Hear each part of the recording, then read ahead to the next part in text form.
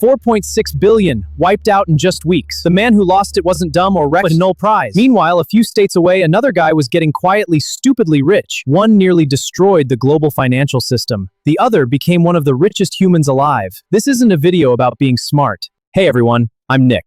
If you've ever looked at your portfolio and thought, am I the problem? Smash subscribe. Let's dive in. Every mistake here is just trying to be smarter than the market instead of more patient. I call it the genius tax.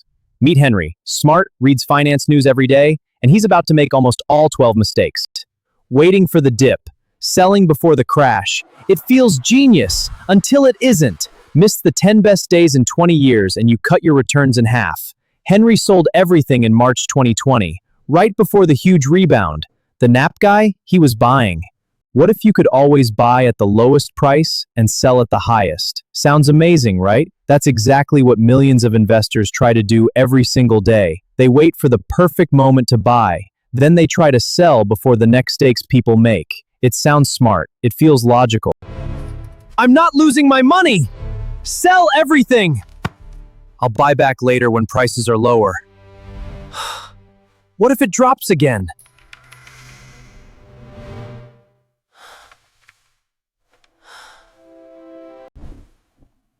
Scary news. The market is crashing. Aren't you selling?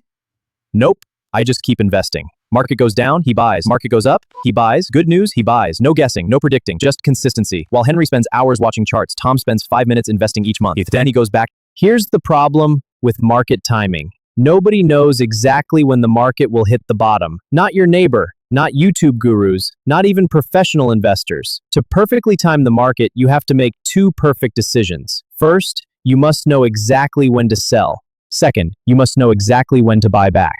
Getting one decision right is hard enough. Getting both right, almost impossible. Sold too early, bought back too late, missed the recovery. And here's something even more surprising. The market's biggest gains often happen right after its biggest drops. The days that feel the scariest can become the most profitable. History teaches us an important lesson. If an investor missed just the 10 best market days over roughly 20 years, their total return could be cut dramatically, often close to half compared with simply staying invested. The problem? Nobody knows when those 10 days will happen. They usually arrive when fear is at its sidelines. You might miss them completely. Successful investing isn't about predicting tomorrow. It's about staying invested long enough for time to work in your favor. Time in the market usually beats timing the market. Instead of asking, when should I invest? Ask yourself, how long can I stay invested? The investors who build lasting wealth aren't usually the smartest. They're often the ones who stayed patient while everyone else panicked. Mistake number 2, paying high fees. There's a silent thief in your account. A 2% fee can steal nearly half your retirement. Buffett proved a boring index fund beats fancy hedge funds every time. Imagine you have a hole in your wallet. Every year, someone quietly takes a small percentage of your money. Not enough for you to notice, but enough to make you much poorer in the future. That's exactly how investment fees work. Many people think it's only 1% or 2 pence. That's nothing. But those tiny percentages don't just reduce your money once. They reduce your money every single year. And they also reduce all the future growth that money could have earned. Over decades, a small fee can become one of the most expensive mistakes you'll ever make.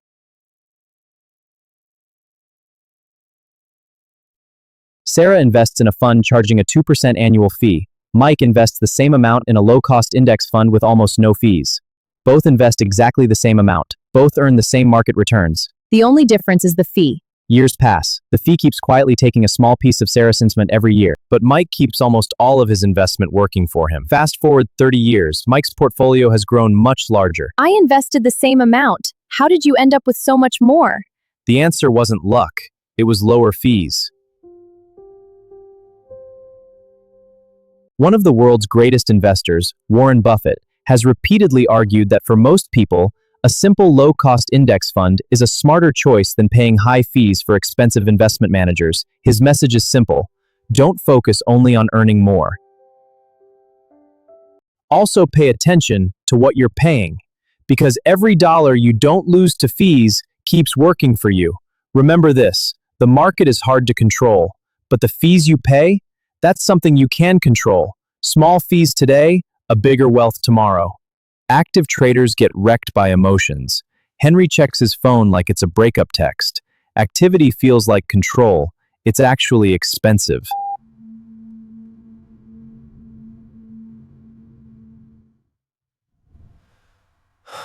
Meet Henry. Every time the market drops, he can't stop checking his phone. A little red on the screen feels like a disaster. Fear takes over, and he sells everything hoping to avoid bigger losses. Then comes greed. Henry sees everyone making money and jumps in after prices have already soared. He buys high, oh no, it's crashing, and watches the price fall. First fear made him sell low. Now greed makes him buy high. The best investors don't react to every headline or every price swing. They follow a plan and let time do the work. Remember, emotions make expensive decisions. Discipline builds wealth. Mistake number 4, investing in things you don't understand. Loving the product doesn't mean you understand the business. Buffett only invests inside his circle of competence.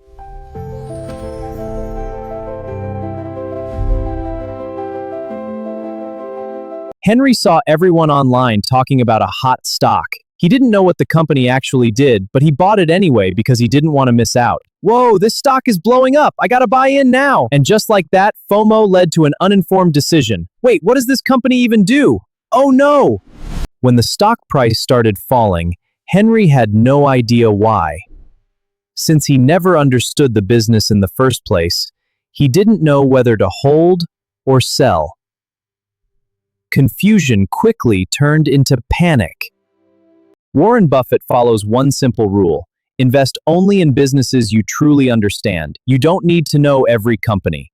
Sometimes the smartest investment is the one you choose to skip. Understand first, invest second. You bought at $50. It drops to $30. It's on sale, you say, and buy more. Oh no, it's still dropping. Stop digging when you're in a hole.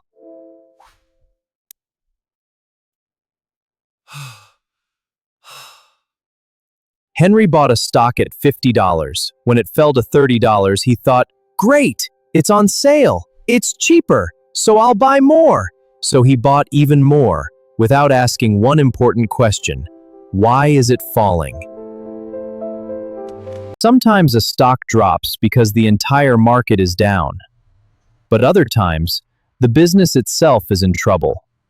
A lower price doesn't automatically mean it's a better investment. Smart investors don't buy just because something is cheaper. They first ask, is this still a great business? Remember, a falling price isn't a bargain if the business keeps getting worse. A falling price isn't a bargain if the business keeps getting worse. Crowds feel safe until they all panic together. Meme stocks, crypto, AI hype, same story every cycle.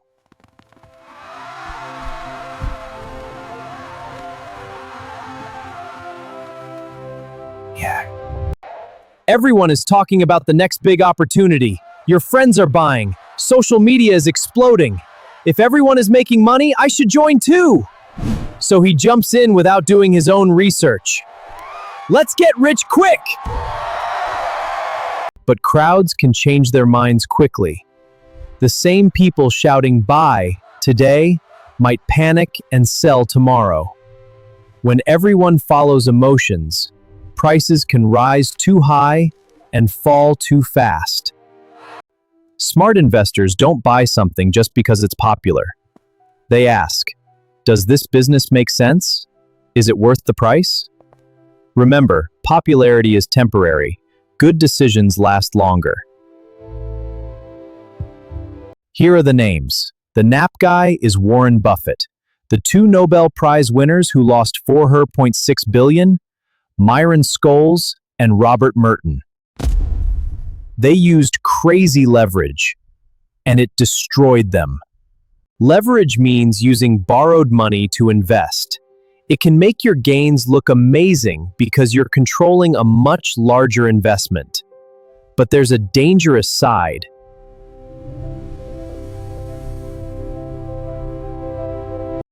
When the investment goes up, leverage feels like a genius move.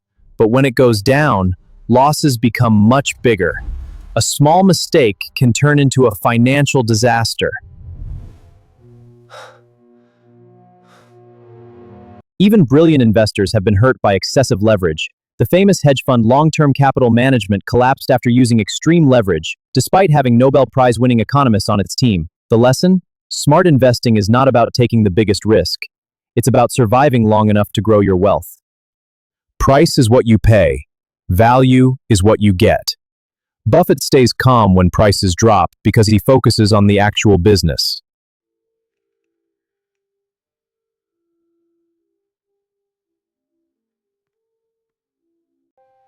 Wow, it's cheaper now. It must be a great deal. Many investors make the same mistake. They see a stock price falling and immediately think, it's cheap. But a lower price doesn't always mean better value. Price is simply what you pay. Value is what you actually receive. A cheap stock can become cheaper if the business is getting worse. But a great business at a lower price can become a real opportunity. Great investors like Warren Buffett don't panic when prices fall. They ask one question: has the business changed, or is the market just emotional? Don't buy because something is cheap. Buy because it is valuable. Value is what you get. You buy something great. It goes up 50%. You sell to lock in profits. You just fired your best performer right before it exploded.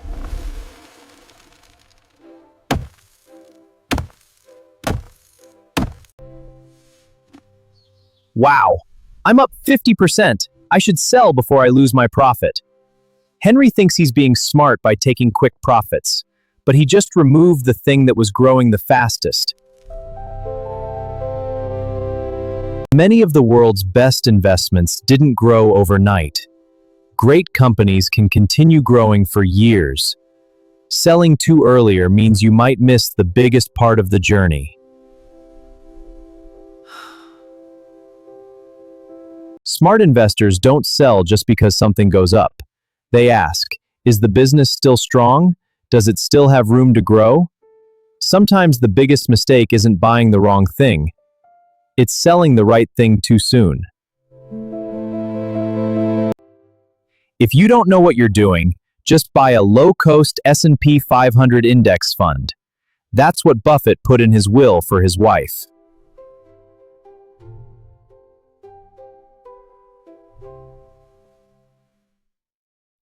Some investors make one big mistake, putting all their money into one idea. If that one investment fails, their entire portfolio suffers. I put everything into one stock. Now it's all gone. And this is just as bad. Diversification means spreading your investments across many different companies instead of depending on just one.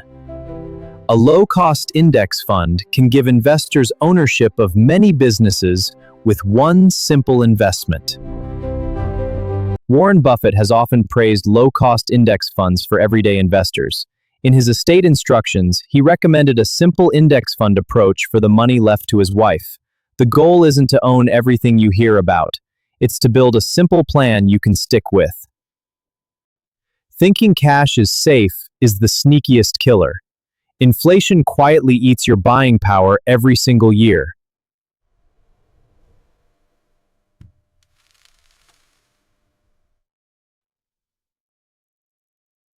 Henry thinks keeping all his money in cash is the safest choice. The number in his bank account doesn't change, but something invisible is happening.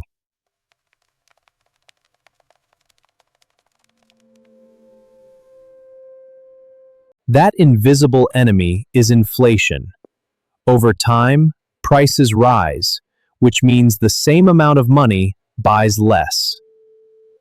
Your cash may look safe, but its purchasing power can slowly disappear. Cash has an important purpose: emergencies and short-term needs, but money you don't need for years may need a chance to grow. Smart investors create a balance instead of letting fear keep all their money sitting still. Mistake number 12, overcomplicating everything. With all these charts, I've lost sight of what's important. The final mistake, trying too hard to be clever.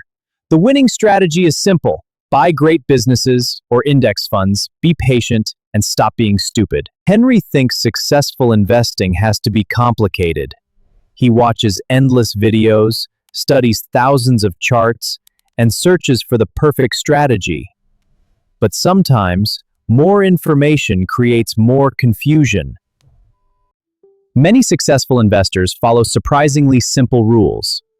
They focus on owning good businesses, keeping costs low, and staying invested through ups and downs.